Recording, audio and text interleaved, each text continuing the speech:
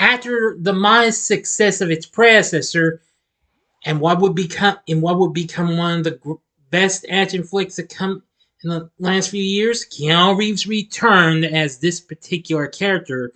Here's my review of John Wick Chapter 2. Big Days, Entertainment Rankings and Reviews.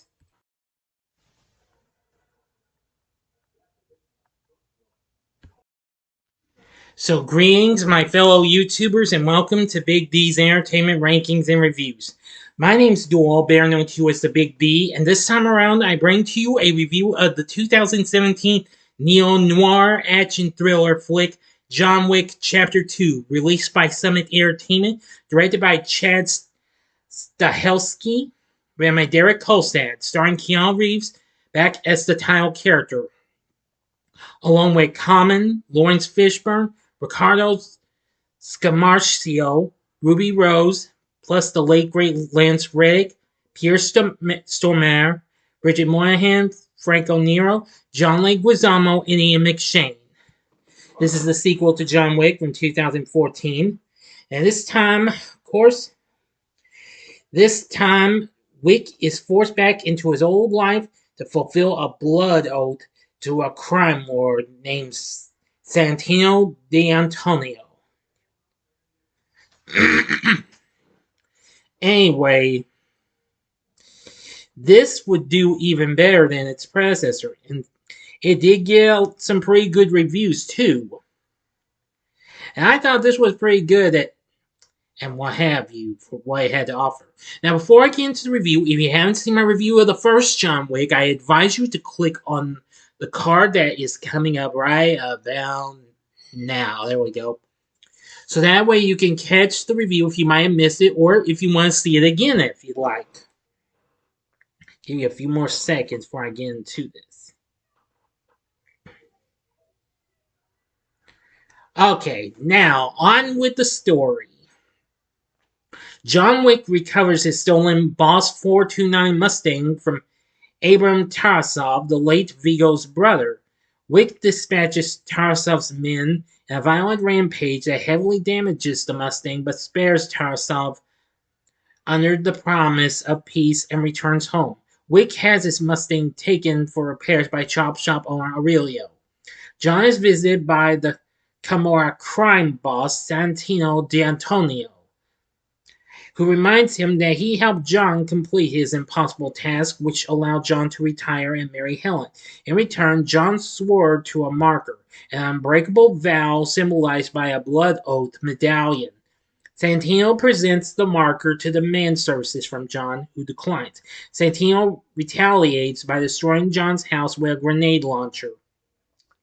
John survives and travels to the Continental Hotel in New York City, where Winston reminds him that if he rejects the marker, he will be violating one of the two unbreakable rules of the underworld: no killing on continental grounds and honoring every marker. John reluctantly accepts his commitment and meets with Santino, who tasks him with assassinating his sister Gianna, so he can claim her seat at the High Table, a council of 12 high-level crime bosses. Santino sends Ares, his mute bodyguard, to observe John's mission. In Rome, Italy, John infiltrates Gianna's coronation, confronting her in her dressing room. Faced with certain death, Gianna chooses to slit her wrist. As Gianna dies, John shoots her in the head to end her suffering and to fulfill his marker. As John leaves, Gianna's bodyguard, Cassian, recognizes him, realizes that he was sent to kill Gianna, and attacks him. John flees to the catacombs, where he is double-crossed by Ares and Santino's henchmen, who intend to tie up loose ends by killing him. After killing most of the henchmen, John is again pursued by Cassian. Their fight leads them into the Rome Continental's reception area, in which, like the New York Continental, conducting business is strictly forbidden. As the two share a drink, John explains his reason for killing Gianna. Nevertheless, Cassian promises John a quick and clean death as a sign of professional respect. Julius arranges safe passage for John to New York as Santino opens a contract for $7 million to kill John, ostensibly to avenge his sister. This leads numerous assassins to unsuccessfully attack John, during which Winston visits Santino to complete the marker, thus freeing John from being unable to move against him. Winston warns Santino that he has stabbed the devil in the back, and that he will be unprepared for John's wrath. Now, I'm going to go ahead and go to the final act and the ending. As always, you know the procedure. You have 5 seconds to stop this video. Go to the description box below and fast forward to the time below. If you've seen the movie already, please continue.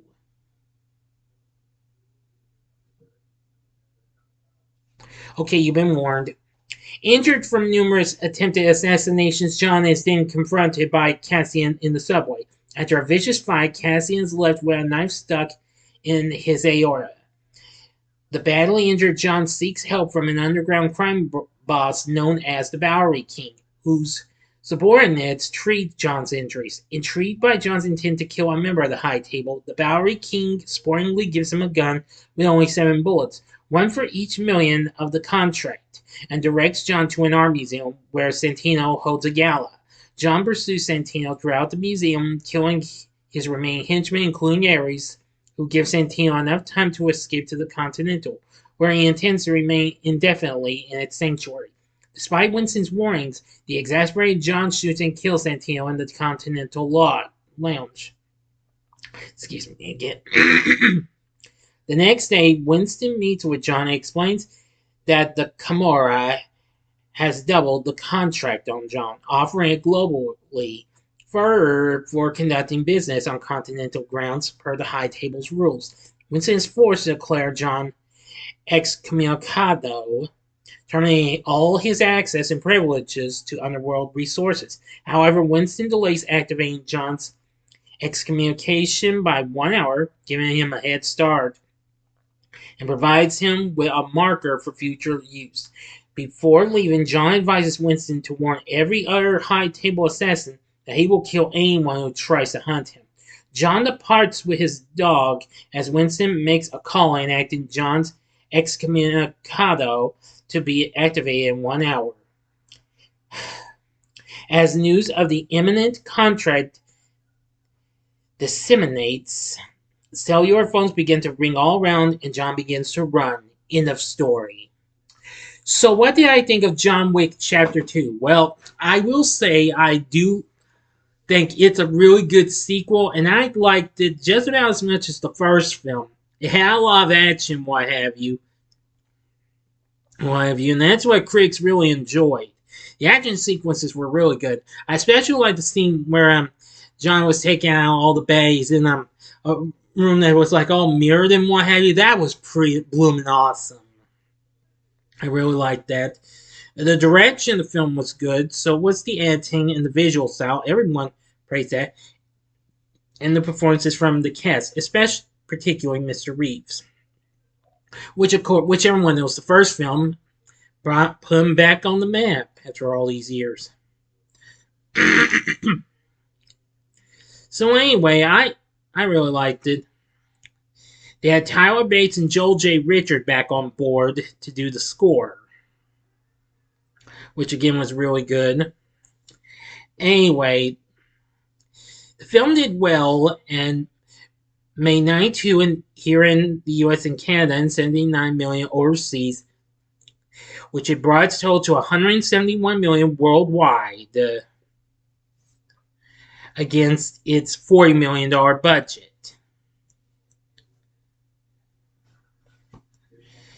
And it made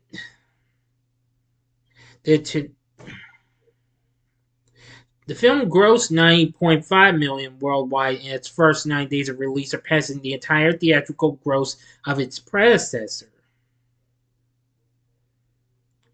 Anyway, it still opened better than its predecessor, and came in third at the box office, losing to the Lego Batman movie and 50 Shades Darker. But nevertheless, it still did pretty well. Anyway, Rotten Tomatoes has this at 89%, which that's 3%, I think 3% higher than the previous one, if I'm not mistaken.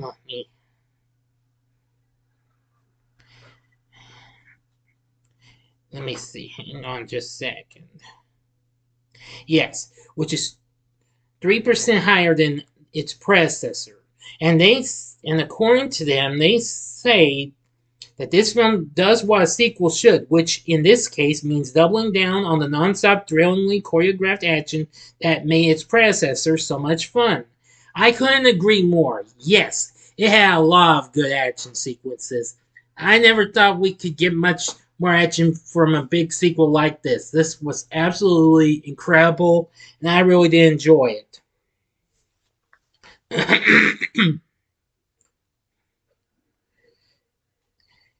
And boy, just a lot of others gave it good scores and what have you. So anyway, I gotta agree that the action was really good. The visual style, editing, direction, and the performances from the cast, which of course includes Keanu Reeves as the title character. We have rapper Common on board as Cassian. Laurence Fishburne, who recently worked with Reeves on the first 3 installments of the Matrix series, played the Bowery King. Riccardo Scamarcio played Santino. Ruby Rose, who would later go on to play, who was pretty big. She recently played the titular character on TV's Batwoman a couple of years later, but unfortunately only for its first season. Next, the concierge of the Continental Hotel in New York, Sharon, once again played by the late great Lance Reddick. Pierre Stormare plays Abram. Bridget Monahan played Helen, John's late great wife. Franco Nero played Julius. And then, of course, we have Ian McShane back as Winston and John Leguizamo back as Aurelio. So, anyway, I thought the cast was just good and what have you. After this, a couple years later, as this film was originally released in February 2017, and then 2 years later, we would get a sequel in John Wick Chapter 3, Parabellum, which did even more better. And I'll be talking about that in the next video. But anyway, with all that said, would I recommend John Wick Chapter 2? Answer, hell yeah. If you liked the first one, then you gotta watch the second one. You'll love it. So what did you think of John Wick Chapter 2? Let me know in the comments section below. If you like this video, consider clicking the like button, subscribe, and be a part of the Big D Nation. And join me next time when I bring to you my review of the film I was just talking about, John Wick Chapter 3, Parabellum. Thanks for watching, and if you like this, check out these other action-packed films and what have you. In the upper left-hand corner is my review on The Matrix from 1999. I'm thinking of re-reviewing the film for its, which I did for its 20th anniversary, but I'm probably going to do it for its 25th anniversary, do a re-review next year, but I'll keep that review up. Or go to the upper, which Keanu Reeves was in, or go to the upper right-hand corner and see my review of the original Die Hard from 1988. Or if you would like something else, go to the bottom left-hand corner and see my review of another film Summit had released, and that's The Hitman's Bodyguard. And the bottom right-hand corner is the button you can click to subscribe. If you like rankings and reviews on movies, TV, music, video games, etc., then I'm your guy. Thanks for watching. Until next time, I'm the Big D saying, see ya.